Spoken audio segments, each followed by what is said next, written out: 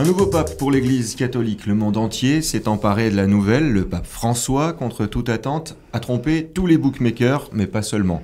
Localement, nous avons souhaité avoir la réaction de Monseigneur Jean-Christophe Laglaise, évêque du diocèse de Valence. Monseigneur, bonjour. Bonjour. Merci d'être avec nous. Ah, c'est un plaisir.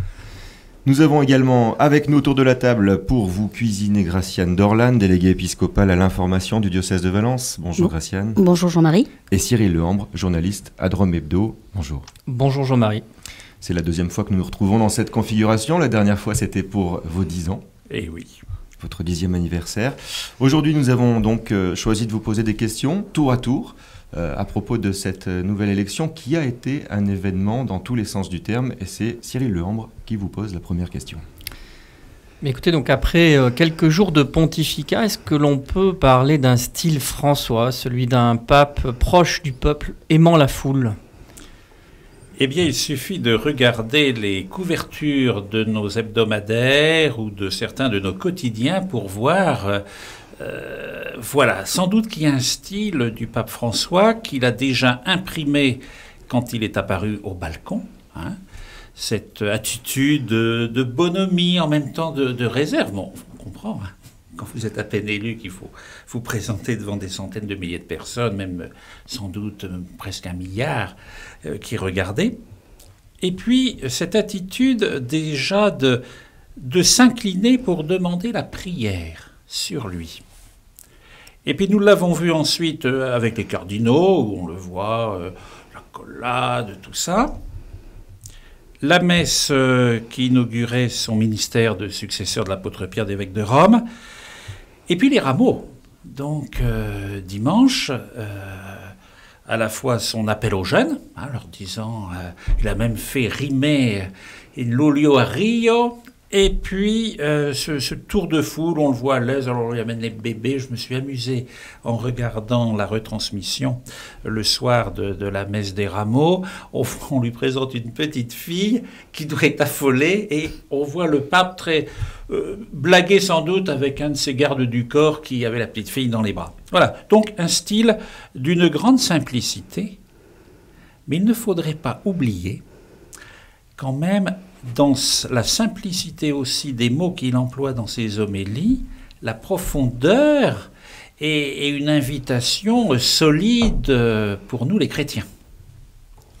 Seconde question qui va avec la première, est-ce que ce style, on peut se l'approprier localement ?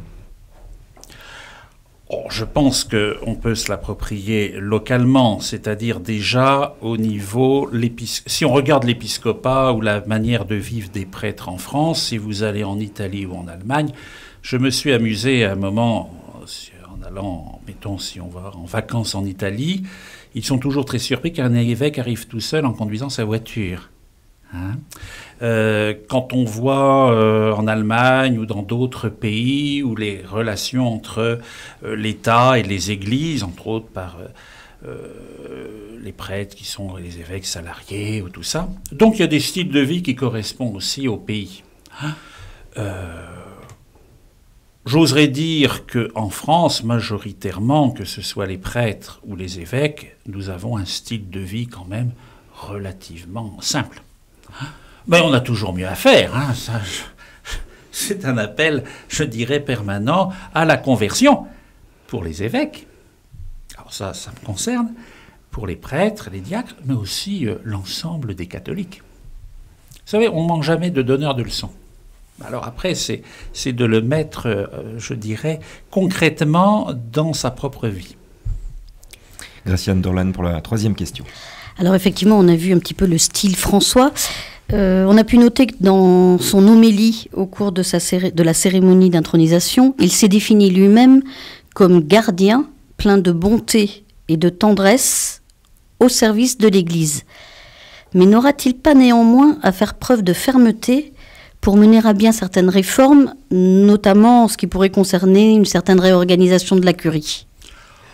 Il semblerait que si les cardinaux nous ont réservé, avec le Saint-Esprit bien sûr, la surprise d'élire le cardinal Bergoglio, l'archevêque de Buenos Aires, comme successeur de l'apôtre Pierre, c'est qu'ils ont, à travers les congrégations générales qui ont précédé le conclave, reconnu en cet homme à la fois cette simplicité, cette bienveillance pour être le bon pasteur, et cette fermeté qu'on lui reconnaît, entre autres, quand il était provincial des Jésuites d'Argentine, et de la manière dont il a mené son diocèse de Buenos Aires.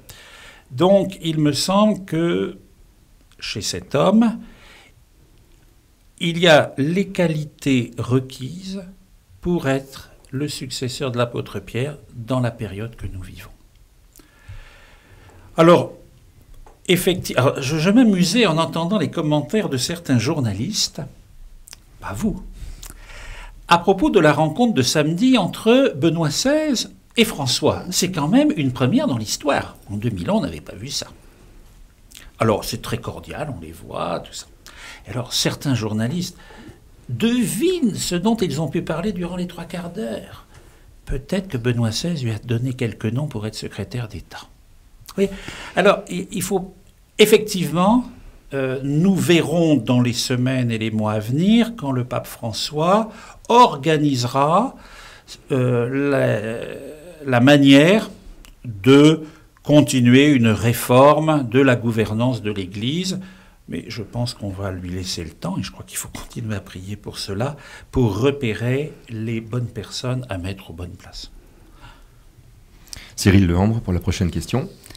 L'hebdomadaire La Vie titrait cette semaine sur une affirmation du pape François qui disait « Je voudrais une église pauvre pour les pauvres ». Alors qu'est-ce que cette pauvreté évangélique vous inspire, tout en sachant qu'il faut tout de même des moyens financiers pour pouvoir annoncer la parole de Jésus-Christ ? Il me semble que nous n'avons pas fini d'être surpris. Car depuis, je pense, 14 siècles, nous n'avions pas eu de pape non européen, puisque je crois que le dernier pape non européen est le pape Grégoire III, qui était syrien. Et nous avons donc, comme nouvel évêque de Rome, un homme qui a passé quasiment toute sa vie sur le continent américain et sous-continent latino-américain, et qui a une forte expérience d'un pays qui, en Amérique latine, a des particularités. L'Argentine a des particularités. C'est une grande terre de migration. Il le vit lui-même puisque ses parents étaient piémontais, donc migrants. Donc il est fils de migrants. Il était l'évêque, l'archevêque d'une mégapole et d'un pays qui, politiquement, a connu des soubresauts et une crise économique récente importante. Et donc, il vient là, avec toute cette expérience des migrants, d'un sous-continent qui connaît à la fois des personnes qui ont des énormes richesses et une énorme pauvreté, et une jeunesse, je dirais, très importante. Et une foi ancrée dans tout cela. Et il faut sans doute nous attendre à ce qu'il nous ouvre des chemins que sans doute nous, Européens, nous n'avons pas encore tout à fait appréhendés. Je pense qu'il va nous mener dans une belle aventure. À nous d'être les aventuriers avec lui. Vous avez parlé de cette immense surprise. La première a été, bien sûr, celle de son élection, déjouant tous les pronostics. Est-ce que c'est un message aujourd'hui pour l'Église ? Et est-ce que ça peut aussi redonner confiance aux catholiques ou à certains catholiques ? Ah, certainement. Alors, le processus de désignation du pape, dans nos démocraties occidentales ou nos démocraties modernes, fait un peu archaïque. Alors, on est 1 milliard 200 ou 300 millions, enfin on ne va pas chipoter pour quelques dizaines de milliers de catholiques. Alors, on a 115 personnes chargées d'élire le pape, dans une manière secrète, et alors bien sûr, chacun y va de qui pourrait l'être. Et alors là, on n'a pas manqué de candidats. Et voilà que tout d'un coup, alors que chacun, même sans doute nous, on avait quand même quelques idées sur celui dont on pouvait dire ça serait bien qu'il soit le pape. Certains avaient même préparé des biographies d'avance. J'espère, de bons professionnels. Hein. Mais pas toutes. Bon, et puis tout d'un coup, Quand on voit le cardinal Teurant arriver au balcon de la loggia de Saint-Pierre, nous dire Habemus Papam, tout ça, tout le monde est là, on dit ah bon. Et il y a eu ce silence. Et c'est génial. Nos modes électifs, que ce soit les maires, que ce soit nos représentants au Conseil général, les députés ou le président de la République, nous sommes dans des histoires de rivalité de personnes et vas-y à qui mieux d'essayer de se vendre et tout ça avec des projets mirifiques qu'ils ont beaucoup de mal à mettre en œuvre et qui déçoivent tout le monde. Et là, on a un système où on peut encore créer des surprises. Et il me semble que nos démocraties n'ont plus cette possibilité de créer des surprises pour les citoyens des pays. On a l'impression par moments que tout est joué d'avance et que nous sommes on va voter parce que pour un certain nombre, on a encore une conscience civique et on dit c'est un droit, il faut l'exercer. Mais on a l'impression que... Bon. Et là, ce mode de scrutin qui peut paraître archaïque permet... Alors, je suis catholique et je crois à l'assistance de l'Esprit Saint sur l'Église quand même. Hein. Et ce système permet d'avoir comme ça des surprises. Et des surprises... on en a eu dans ces dernières décennies. Hein, parce que des Jean 23, personne ne l'attendait. Jean-Paul II, même Jean-Paul Ier, qui l'attendait. Qui attendait Jean-Paul II? Pour le cardinal Ratzinger, vu la stature qu'avait eu Jean-Paul II et la collaboration du cardinal Ratzinger avec Jean-Paul II, voilà, c'était une des éventualités. Mais alors là, pareil, c'est la grande surprise. Alors, il me semble que l'élection du pape François doit nous aider à réfléchir, et à réfléchir, nos gouvernants, sur la manière dont, dans nos États, dans nos communes, dans nos départements, on peut avoir comme ça de divines surprises. D'hommes, ou dans le cas de politique de femmes, pas pour le pape, qui puisse à un moment créer une espèce de renouvellement, de souffle. Et, voilà. Et je crois que l'élection du pape François a été cela dans l'Église, hein, mais à l'extérieur.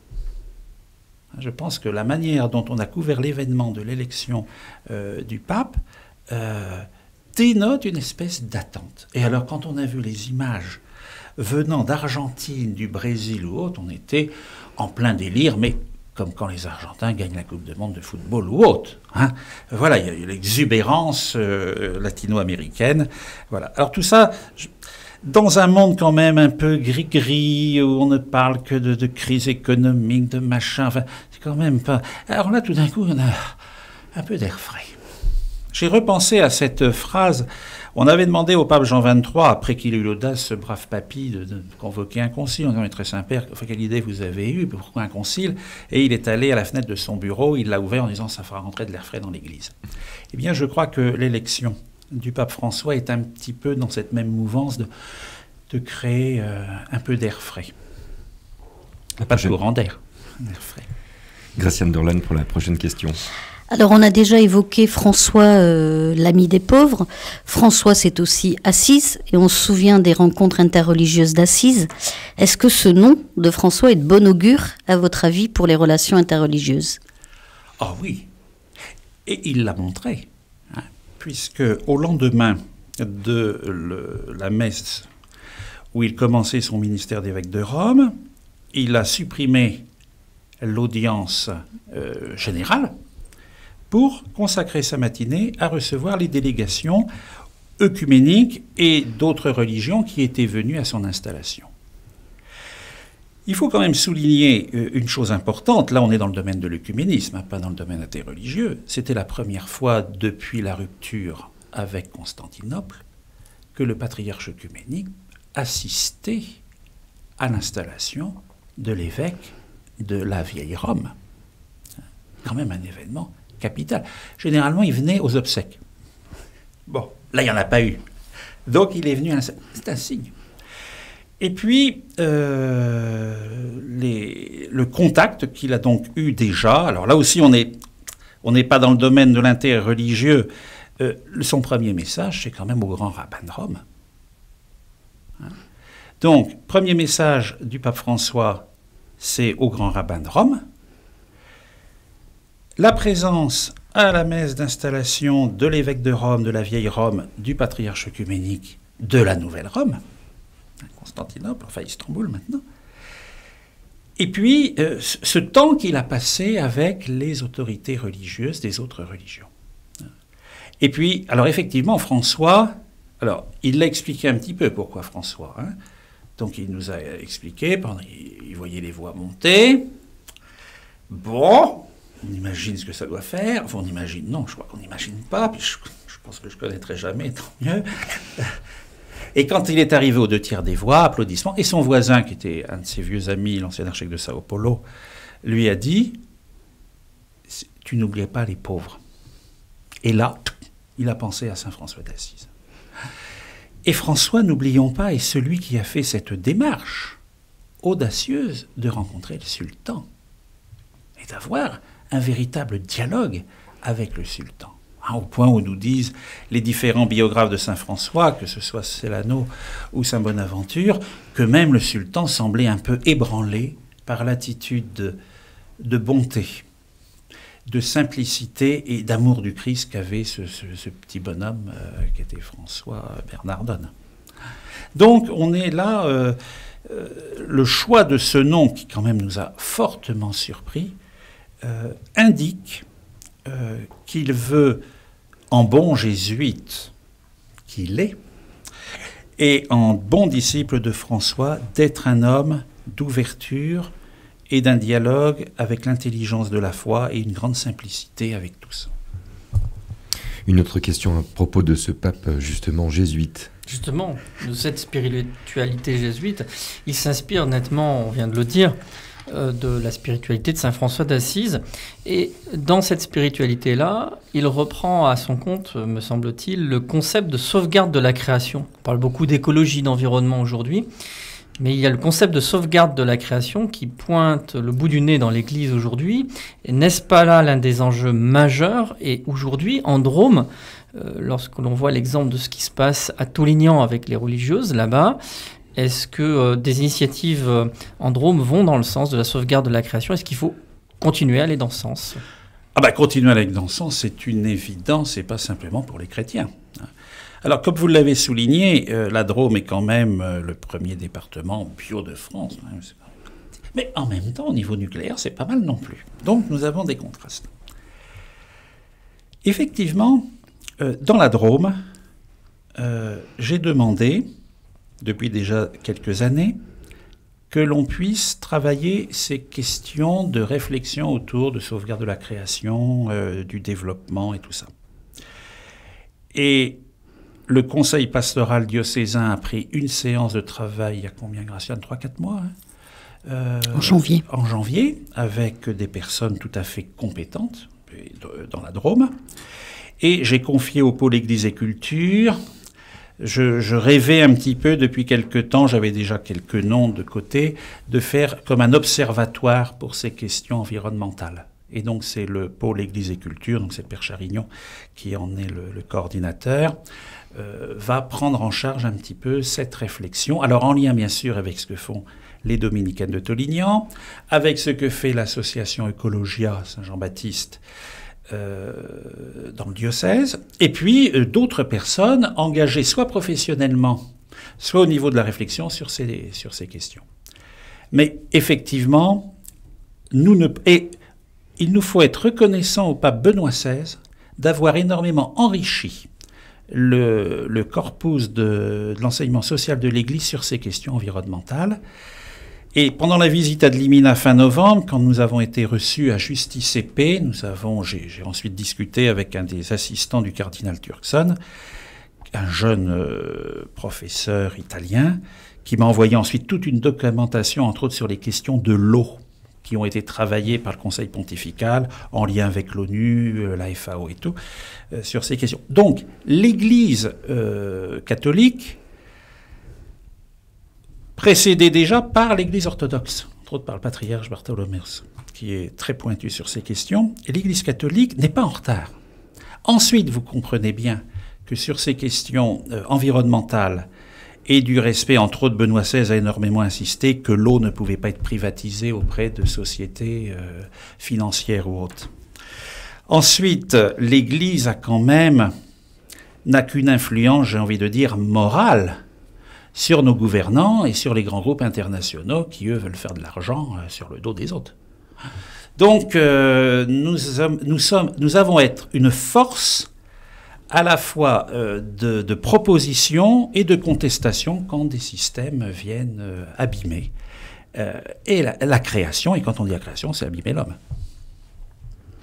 Vous les avez cités, Jean XXIII, pardonnez-moi, Jean-Paul Ier, Jean-Paul II, Benoît XVI et puis le pape François. Est-ce que vous qui croyez en l'Esprit Saint, vous voyez une continuité dans l'Esprit Saint, dans les différents styles ou genres des papes qui se sont succédés? J'espère que Dieu ne fait pas n'importe quoi. Alors, il me semble quand même qu'il y a une belle continuité. Si on remonte, allons à Jean XXIII. J'aime beaucoup Jean XXIII. C'est le pape de mon enfance, donc. Puis il y avait cette bonté. Jean XXIII, cet homme, 78 ans. Alors bon, Saint-Esprit m'a souhaité faire un concile. Paul VI n'était pas obligé de poursuivre le concile. N'oublions pas que quand Jean XXIII meurt, en juin 63, le concile n'a eu qu'une session. Et Paul VI, c'est un homme sans doute beaucoup plus timide, Paul VI va dire on continue. Et on a ce pontificat de Paul VI qui va quand même dans la deuxième période connaître une période un peu de contestation, un peu, disons-le, même très difficile. Et puis il y a ce Jean-Paul Ier qui arrive.